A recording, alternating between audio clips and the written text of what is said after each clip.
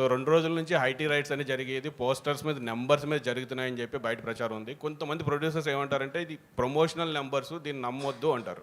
So మీరు 230 వేశారు కదా 9 డేస్లో, సో మీది ఎంతవరకు 100%? అదంతా యాక్యురేట్ అమ్మా. మేము జిఎస్టీకి వెళ్ళిపోయాం, పర్ఫెక్ట్ నెంబర్ ఇచ్చాం. మేము ఎక్కడ దాంట్లో ఇచ్చేది లేదు. మా సినిమా వరకు చెప్పమంటే ఇందాక చెప్పాను కదా, ప్రతి రూపాయి ప్రేక్షకుల నవ్వుల నుంచి వచ్చింది. దాన్నే మేము ఎందుకు చెప్తున్నామంటే ఈ జోనర్కి ఇంత స్ట్రెంగ్త్ ఉంది అని చెప్పాలి కాబట్టి వేస్తున్నాం. యాక్చువల్గా అయితే అంత చెప్పుకోవాల్సిన ఇది కూడా ఏముంది, సినిమా సక్సెస్ అయిపోయింది, జనాలు చూసేశారు. But yes, these kind of family genre films and entertainment films have a great pull.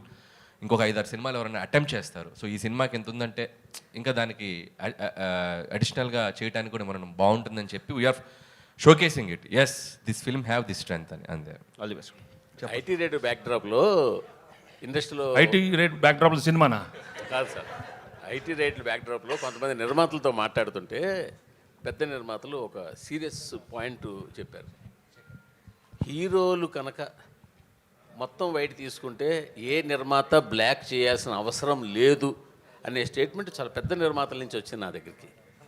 హీరోలు బ్లాక్ తీసుకోకపోతే మేము ఇంకెవరికి బ్లాక్ ఇవ్వాల్సిన పని లేదు. ఇండస్ట్రీలో ఒక టెక్నీషియన్ కానీ ఒక వర్క్ కానీ దేనికి కానీ ఇవ్వాల్సిన పని లేదు. ఓన్లీ ఫర్ హీరోల కోసమే మేము బ్లాక్ ఇవ్వాల్సి వస్తుంది. ఆ బ్లాక్ ఇచ్చిన దానికి కూడా మేము బ్లాక్లో ఇంట్రెస్ట్ కట్టాల్సి వస్తుందని ఒక పెద్ద 2-3 నిర్మాతలు కనిపిస్తుంది. సో దీని మీ ఒపీనియన్ ఏంటి? నేను మిగతా ఒపీనియన్ నాకు తెలియదు కదా, నేను ఫుల్ వైట్ అయిపోయింది. వెంకటేష్ బాబు, వైట్లో వైట్ తీసుకునేది ఇంతే, నేను ఎక్కువ లేదు. ఇన్ఫ్యాక్ట్ ఎక్కువ తీసుకోను, తీసుకునేది వైట్. అది ఆఫీస్లో తీసుకుంటారు. ఇప్పుడు డైలీ ఏదో తీసుకుంటాను, ఇది ఫర్ ఎక్స్పెన్సెస్. That's all.